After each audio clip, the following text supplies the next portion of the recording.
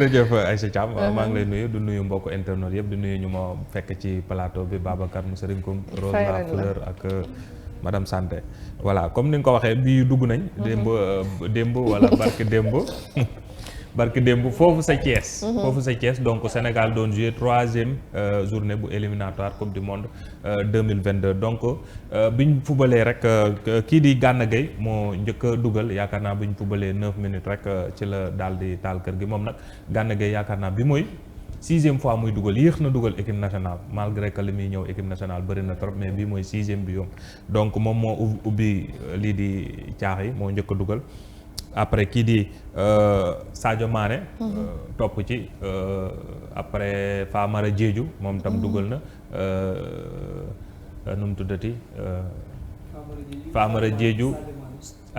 Sadio Mané Gana Gueye kii laa bëgg a wax kii moo Diao Baldé Keita moo dugal lii di 4e bi donc muy lu am solo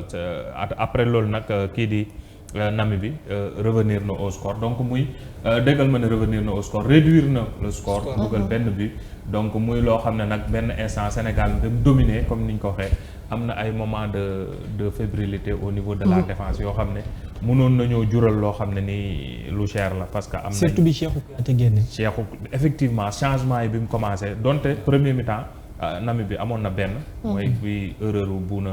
Bouna Sarr bi muy passe boobu muy raté donc am na ay manque de concentration yoo xam ne noté nañ ko au niveau de l'animation défensive buy waral perte de balle yi nga xam ne mënoon nañoo jural ak les grandes équipes ay njaaxum yoo xam ne nii mu ngi noonu donc aussi changement yi bi mu amee gis nañ ne équipe bi dafa mel ni dafa xawoon déséquilibré tamit au niveau du milieu surtout ak perte de balle yi Nampalys Mendy bi nga xam ne c'est vrai que amul compétition fan yii yëpp moo tax xëy na manque de rythme boobu moo taxoon perte de balle yi am manque de concentration aussi au niveau de notre gardien xëy na gars yi dañoo demoon ba xaw a minimiser peut-être l'adversaire ak yu demee noonu donc loolu indi na fa ay erreurs yoo xam ne Sénégal entraîneur u Namibie bi sax boo xoolee nee na match bi normalement 4-3 la waroon demee parce que occasion yi ñu amoon c'est vraiment occasion yoo xam ne occasion net la goal bi mooy passe adversaire bi mu ñëw war a dugal mais mu ngi noonu donc erreur yooyu noonu yëpp yaakaar naa lu Aliou Cissé war a mun a corriger la laataa ñuy dajewaat ak même équipe bii di Namibie bi suba lay doon donc Sénégal déjà yegg na fële ci Afrique du Sud bi 4h30 jotee donc. Namibie mais match bi waaw mais match bi Afrique du Sud lañ koy jouer ndax Namibie bi esaatam dañ koo homologué wu donc match bi à huis clos lay doon ndax Afrique du Sud xam nga affaire Covid bi moo tax sarax rek ngir yàlla rafet na continuer rafet rek voilà donc moom zone rouge la ne woon déjà dañuy lever kii boobu sax minuit la ko Europe waroon a yëkkati nekkatul ci zone rouge bi donc looloo taxoon sax booy xool délégation Sénégal bi ñu xaw a retardé un peu seen vol ba yegg fa ay 4h30 donc bu minuit jotee dañuy teggi loolu ba loolooy permettre sax gis nga Angleterre seen joueurs yu bëri dañ doon nangu ñu dugg foofu di Coupe d'Afrique ndax ñu dugg foofu ci Afrique du Sud yaa ngi dégg sax ñuy wax affaire passeport diplomatique ak passeport de service yu Macky Sall octroyé joueurs yi pour wàññi jafe-jafe yëpp waaw pour ñu teel a yegg foofu ca Afrique du Sud donc ñu war a jouer suba buñ gañee nag mun nañoo qualifier ndax tour bii di ñëw parce que dafa am premier tour mooy préliminaire yi ak match de poule mooy 2e tour ak 3e tour yi foofu nag après dinañ ci yegsi buñ xoolee 3e tour yi dinañ ci yegsi buñ paree ci pour 2e tour yi may wax nañ indi Ablaye buñ mënee indi classement poule H ñuy wane lu tax Sénégal war a mën a qualifier ci 3e tour bi ndax Sénégal fi mu toll nii gis nga ko mu ngi ci bopp raw gàddu gi ak 9 points ku ci topp mooy Namibie bii ñu dóor mu am 4 points ñu war a dajewaat ak moom ëllëg ak jàmm keneen ku ci topp jël 3e mooy Congo 2 points la am Togo am 1 point ñaari équipe yooyu ñoom ñooy daje Togo ak Congo waaw ñoo daje woon def match nul suñ defaatee match nul ku nekk day am kii day am 2 kii am 3 suñ Togo dóoree Togo day am peut-être 3 Congo am 2 voilà léegi lenn rek moo mun a am ci match boobu pour mu ñu mun a qualifier Congo ñàkk dóor xam nga bu Congo dóor day am soit 2 points wala 3 points Sénégal bu boobaa tamit moom mu war a dóor parce que 9 points la am bu dóoree Namibie bi am 12 points donc équipe bi ci topp ci cas de figure yu ma wax Namibie bi day am 4 points Congo soit mu am 3 points wala mu am 2 points Togo am 3 points wala mu am 2 points bu boobaa ñaari match rek mooy des te ñaari match yooyu 6 points la ñun ñu am 12 points kon keneen du ñu mun a dab donc bu boobaa dañuy mun a qualifier ci tour bii di ñëw mais bu toog Congo dóoree nag dina tardeel un peu échéance bi ndax bu boobaa day am 5 points te si match yeneen yi si des mun nañu si ñun lan moo suñu yoon si dóoru keneen. bu dóoree sax 5 lay am 5 6 non même bu dóoree sax ñun buñ dóoree dinañ mun a qualifier ndax bu boobaa xam nga Congo bu dóoree. même bu dóoree sax. 11 points moom après 5 points lay am 5 points lay am. te ba amee 5 points. du ñu mun a ti dab 11 points li ci gën a kii mooy ñun ñu dóor suñ dóoree daal. day 6 points yi des kenn dootuñu mun a dab. dañuy dóor. donc mu ngi noonu kon loolu buñ dóoree nag jàll ci beneen tour bi léegi nag foofu la mbir mi nekk beneen tour boobu 3e tour bi buñ fi dajee xam nga match yi 10 poules la fi ñu toll nii 10 poules la. premier bu nekk yaay qualifié après buñ qualifié ci 10 yooyu ñu tirage nag buñ tiragé yàlla mun naa def ñu dajeek Algérie. yàlla mun naa def ñu dajeek Maroc mun naa def ñu dajeek Tunisie wala Côte d'Ivoire wala yooyu foofu nag la nekk foofu la yëf yi nekk donc kon fii nii wóor na ne métti Sénégal échauffement la daal. waaw Sénégal mun naa qualifier ci beneen tour bi léegi nag buñ qualifié nag la ñuy def tirage 10 équipes yooyu ñu def 5 match aller retour lay doon ku ci dóor rek nga qualifié coupe du monde. Algérie de buñ dajeek ci ñaari match ma xool Abdou Aziz Gueye naa fekk bi kan lay faral ndax Sénégal lay faral. wala Algérie mën naa nekk nag muy remis benn match de poule bu ñu joué woon ci coupe d'Afrique bi ak final bu ñu joué coupe d'Afrique ñaar yëpp ñu dóor ñu donc mën naa ne. xëy na nag dañuy ñaan ñun suñu diggante ak ñoom 2 défaites de suite la. 2 défaites yu teglante la. donc moo di match de poule ak final. donc mu ngi noonu waaw waxuñ na nag ñoom la ñuy daje parce que tirage la rek tirage moom mun nga génnee. ku ñooy suñu bête noire de. waaw bu boobaa nag dinañ kii nu ñu koy waxee tuer la bête noire comme nu ñu koy waxee. voilà donc bu ñu jógee rek ci équipe nationale dañuy dem seeti basket ak kii di Gorgui Dieng nga xam ne moom clubam mu ngi commencé lu ñuy wax pré-saison NBA Atalanta mais nag moom démb. wala barki démb ci guddi dafa xaw a am dafa am benn blessure bu ndaw maanaam rëq-rëq ci loxo bi moom nag fan yii yëpp mu ngi enchaîné ak di nekk sax ci 5 majeur bi match bi ci 5 majeur yi lañ taseel ndax Memphis lañ doon dajal ñoom ñoo dóor 91 87 waaye moom dafa génn yeggalewul match bi ndax dafa am rëq-rëq ci loxo bi xëj na nag mu ñàkk doon loo xam ne nii lu garaaw lay doon ba mun ko yóbbu à côté un peu mu bañ a fekkee yenn match yi comme rëq-rëq la rek ne ñaan yàlla mu ñëwaat ci forme ndax instant yi mu ngi relancé wu waat ak équipe bi di Atalanta loxoom yee àddunaam de. waaw basket moom gis nga loxo yi am na ku nekk ak say mbir rek boo ko ñàkkee ñun rek day gémmiñ gi xaw a ñun compliqué mën nañ ñàkk lépp te toog am gémmiñ waaye ñoo ndox voilà basket ba tey mais dañuy ñëwaat au niveau local nag dafa am li ñuy wax liste nominée roi ak reine xam nga chaque année dañuy indi roi ak reine mooy maanaam basketteur bu gën a xarañ ci at mi donc ñu nominé ñett ñi ci góor ñi pour roi yi mooy Thierno Ibrahima Niang Duc la nekk moom meneur la yàgg na jouer Sénégal sax convoqué nañ ko Mamadou Faye AS Douane moom tamit jour bu ràññeeku la jot na am sax ay présélection Pape Moustapha Diop moom tamit Duc jigéen ñi kii di ma jigéen seen bu ISEG Sport moom bokkoon na ci équipe bi sax moo Kouna Ndaw bu AS Ville de Dakar ñoom ñëpp demoon nañ Afrobasket ak kii di Adama Coulibaly donc mu ngi noonu bu ASC Ville de Dakar donc muy wane ne ASC Ville de Dakar kon ci jigéen ñi mu ngi am taxawaay bu ràññeeku léegi dañuy xool ci ñett ñooñu fii ak fan ñu def ay vote ba xool kan moo ciy nekk roi ak reine bu 2021 fii ci Sénégal ci basket local donc muy lu am solo trop donc bu ñu jógee foofu dañuy dem rek internet. waaw côté basket bi. boo xoolee ren daabu NBA final bi. kii di Astou Ndour aussi mu ngi ci participer. je pense que bokk na ci jigéen yi nga xamante ni jot nañ atteindre niveau boobu à part. kii nga xamante ni mooy Gorgui Dieng nga xamante ni ci góor yi. côté NBA moom moo fa egg. xam nga bii ñu ñuy nominé rek mooy au niveau local. ñi joué ci championnat bi fii rek. niveau national waaw la ñuy niveau non national. non je parle information bi en fait c'est un peu international. waaw dama ne en tant que originaire du Sénégal. maanaam jigéen la boo xamante comme ni ni dem Gorgui na Dieng nekkee bu ko fës. waaw am na aussi jigéen bu fësee. Gorgui Dieng fexe na ba bokk ci NBA bi. waaw dem na final plusieurs fois moom en tant que femme tamit atteindre na fexe ba dem waaw double NBA en tant que femme sénégalaise. waaw loolu c'est important amoon nañ ay jigéen ñi booy xool Sénégal bëriwul ñu fa joué. booy xool Assou Ndiaye mooy moo nekk manager général team manager wala am na benn fonction bu muy occupé au niveau de la fédération waaw moom bokk na ci ñu jigéen ñu njëkk a dem NBA double NBA foofu ca kii Maimouna Diarra tamit def na fa benn passage bu ndaw donte bu dee amu fa yenn performance yi mais jotoon na fa jaar donc yooyu ay performance yu am solo la surtout si jigéen ñi Sénégal pour ñu dugg fa dafay xaw a jafe lool donc loolu c'est comme ni nga ko waxee c'est à souligner voilà donc bu ñu jógee ci basket bi ñu dem international ak Ligue des Nations nag finale bi moo doon am démb Babacar nag xam naa suy am nekkoon dina la. non man j'ai pas été surpris. donc parce que ñoom ñaar heure bii la ñuy raag. France moo gagné Espagne 2-1 imagine depuis 2018 même physionomie de match lay tegal les coachs pourquoi ils ne sont pas capables pour dire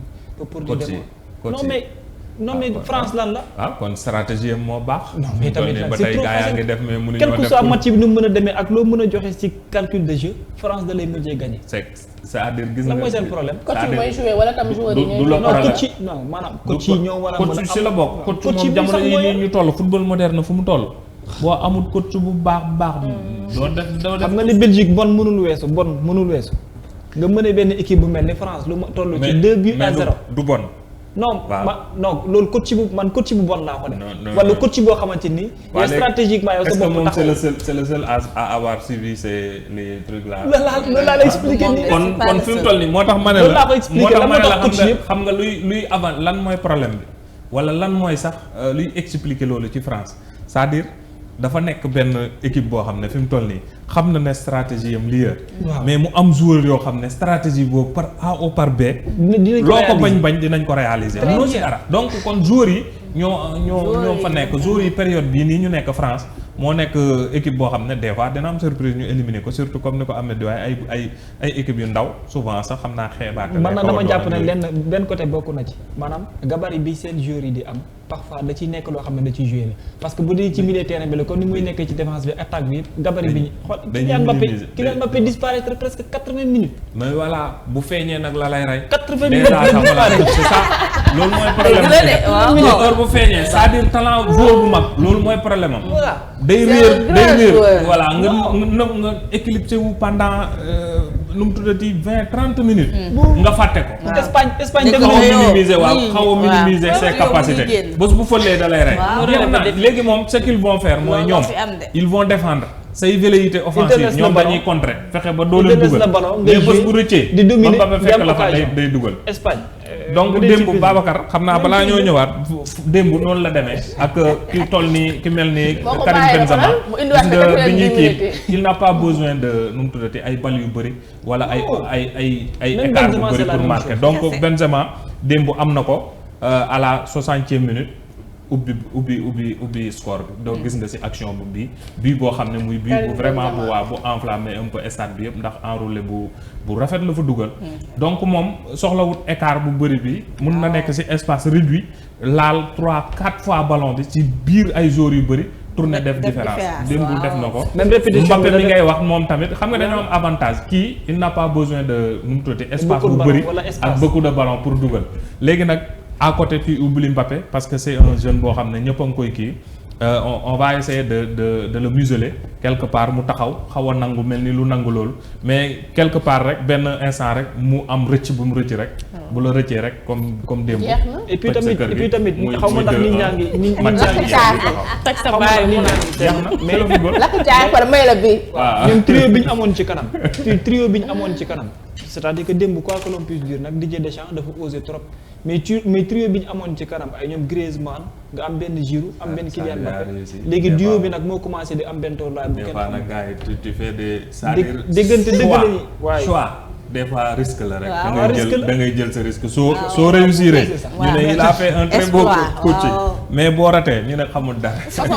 gis nga démb sax coow amoon na ci match boobu ndax image bi boo ñu mënee indi gis nga Mbappé bi muy génn xam nga comme dafa gaaw ñenn ñi sax ba tey nangooguñu victoire bi ñu ngi naan ay faralaate ak bi bu ñu mënee indil photo bi tuuti da nga gis ne Mbappé il était un peu en avance par rapport aux défenseurs loolu day indi position lu ñuy wax illicite comme hors-jeu mais hors-jeu boobu nag mais est-ce que hors-jeu am na fa voilà xoolal léegi nii bu fekkee loi hors-jeu lu muy wax xam nga luy hors-jeu xam nga mooy lan c'est-à-dire hors-jeu dañ koy naan c'est-à-dire joueur bi adversaire bi su gënee jege ligne de but bi mooy ligne bi nekk ci fond ligne góor bi su gënee jege ligne de but bi que avant dernier défenseur bi donc kële gis nga ko rouge paye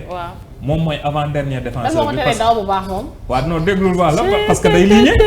boo ligné wul boo dawee boo bàyyee nit ki mu féetee la kanam loolu laa lay wax loolooy hors-jeu kii nii dernier défenseur bi fii mooy gardien bi mais avant dernier défenseur bi mooy joueur bu rouge ba leen